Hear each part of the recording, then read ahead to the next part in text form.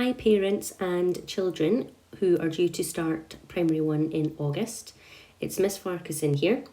I just thought I would make a little video so that you've got a wee bit of more information for what to expect in August when the children start school. Normally this would be the week where in school we would have had our primary 1 parent information evening. So due to the current situation and the fact that we can't do that, I thought this little video might help just to give you a few tips and information for things for your child starting primary 1. And the video at the start also has a little bit for the children to watch, so you might want to let them see that, just to do with their teacher and other adults they might see in the school. And then after that part, I'll do more practical information for parents. So we'll start here with our first adult that the children might already know. This is Miss Grant, and she is the head teacher at our school. And I'm guessing probably lots of the children will recognise her. Next we have our deputy head teachers. We've got Mrs. Ainsley and Mrs. Armstrong, and I'm sure you will see lots of them going around the school when you start in August. But probably two of the people you want to see and know who they are the most are going to be your teachers. So if you're going to be in the primary 1 class this year, your teacher will be me, and that's Miss Farquharson, and that's me on the left. And if you are going into the primary 1-2 class, your teacher will be Miss Cram, the person on the right. So both of us have actually recorded a little video for you just to say hello, so you can see who we are and get used to what we look like.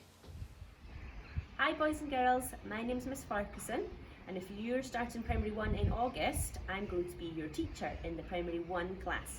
So I'm really looking forward to meeting you, and I hope you all have a lovely summer, and I'll see you in August. Hi boys and girls, I'm Miss Cram, and if you're in the primary 1-2 class next year, I will be your teacher. I'm really looking forward to meeting you all, and I hope you have a great summer. So now for some of the more practical information for parents. So I'll start by talking a little bit about the environment for primary 1. So this year, due to the numbers of children coming into primary 1, we will have a primary 1 and a primary 1-2 class. So like I've just said, and like the children have just seen, Miss Farquharson and Miss Cram will be their teachers, and we'll make sure that we work really closely together to ensure continuity and consistency of learning across both classes, so that the primary 1s get the exact same experiences no matter which class they are in. During their primary 1 year, the children will continue to do a lot of their learning through play-based activities, very similar to what they would have done in nursery, just with a little bit more structure. A lot of the teaching will also be done in small groups, allowing for really targeted support for each child as well. When we're communicating with parents, due to the current situation with COVID-19, a lot of the communication at the moment will need to be done between parents and teachers via email and over the phone. Normally we would have had a lot more face-to-face interaction at the end of the day, but just due to the current situation, that's not going to be possible initially, although obviously that's subject to change because everything's constantly changing at the moment anyway.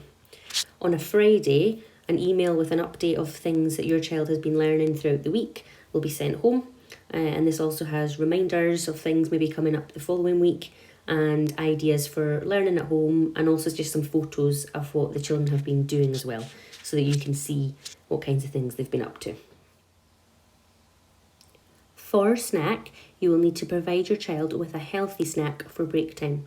As a school, we put quite a big emphasis on the snacks being healthy, so it's maybe worth having a wee chat with your child before they start primary 1 about the types of things they might quite like to bring to have at break time.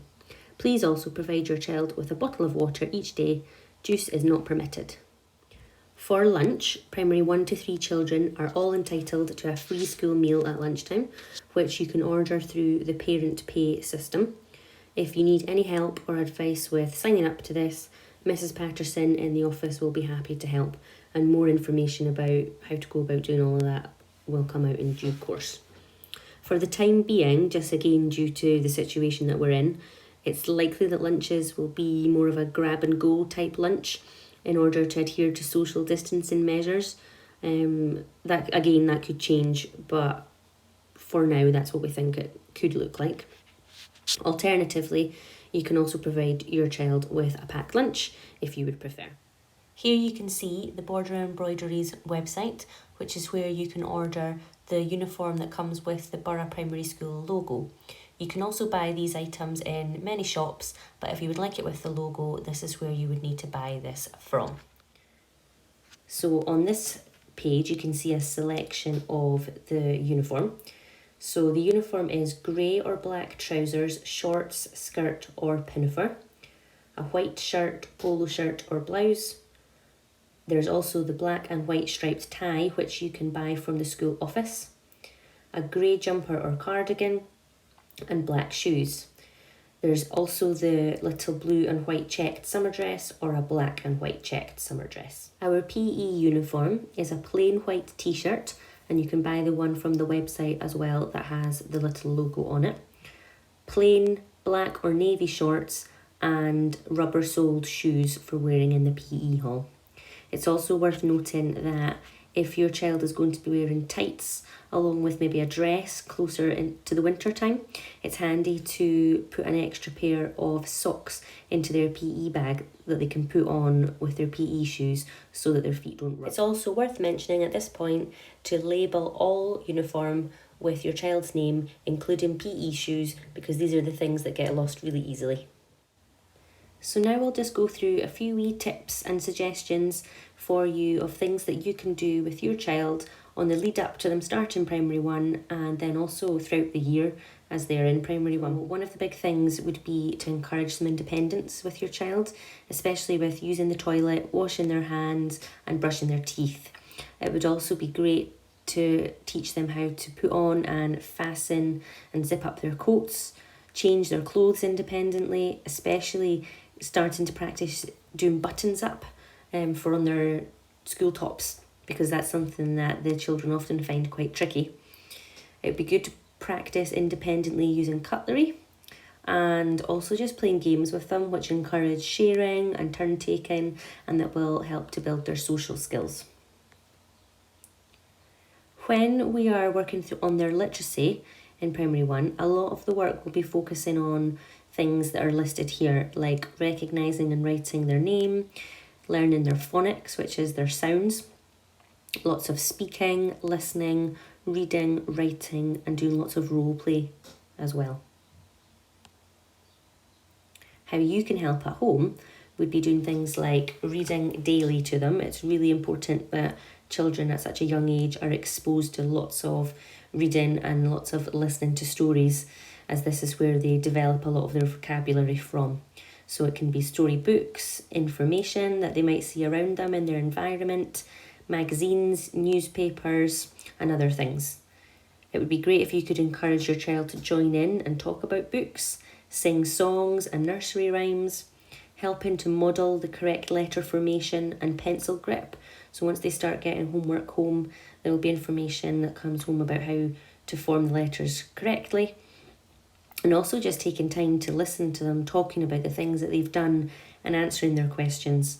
There will hopefully be at some point workshops available to parents to come in and learn a wee bit more about how primary one learning works. But obviously at the moment we're not really sure how we would be able to deliver those. So hopefully once we are able to, we'll be able to offer some workshops for you. When we think about the children's numeracy, a lot of what they'll be working on is counting, recognising numbers and what numbers actually mean, thinking about addition and some simple subtraction, shape, pattern, problem solving, measuring, and their concept of time as well. So how you can help with their numeracy skills is things like talking about the shapes that you can see in the environment, comparing things which are heavy and light or long and short, pointing out numbers as you see them if you're out on a walk or if you take the bus, whatever it might be, singing counting songs and rhymes, and just counting, adding and subtracting anything and everything, whether it be socks, cars, shopping, cutlery, fingers and toes. With your child going into primary one at this early stage in their development, thinking about their physical development is really, really important. So we do a big focus on that in primary one through looking at their fine and gross motor skills and developing those through lots of different activities. We'll do things like manipulating Play-Doh in different ways to develop strength in their fingers, doing lots of fine motor skill activities, whether it be threading beads or squeezing a tennis ball really hard. There's lots of different ways we can do that. We'll do lots of mark making using different materials. We'll focus on doing our shoes and doing our coats, getting changed for PE, and also all the movement and the physical development that will happen naturally in PE anyway. Thinking about dance and movement to music, opportunities for being physical outside, running around and playing at break times and in other areas of their learning. Also, there'll be a big focus on pencil control and making sure that your child is physically ready to be able to hold a pencil. And then the last point there, which is one that children at this age find one of the trickiest, is being able to sit on the floor and to be able to sit still during assemblies or story time. So this is something that we really try and focus on every day and make sure that the children are physically ready for their learning. So some of the things that you could do to help your child with their physical development is to give them plenty of time to run, jump, climb and play outdoors, and also to encourage them in activities like building, drawing, threading beads, or filling and emptying containers with water, and all of these things develop their manipulative skills, which are really important for their physical development. I hope that you found this video helpful and that you'll be able to use some of the little tips and suggestions of things that you can do with your child even over the summer holidays before they start school in August. So both myself and Miss Cram are really looking forward to working with you in helping your child develop, learn and grow, and we can't wait to meet them all properly in August. Have a lovely summer and we'll see you soon.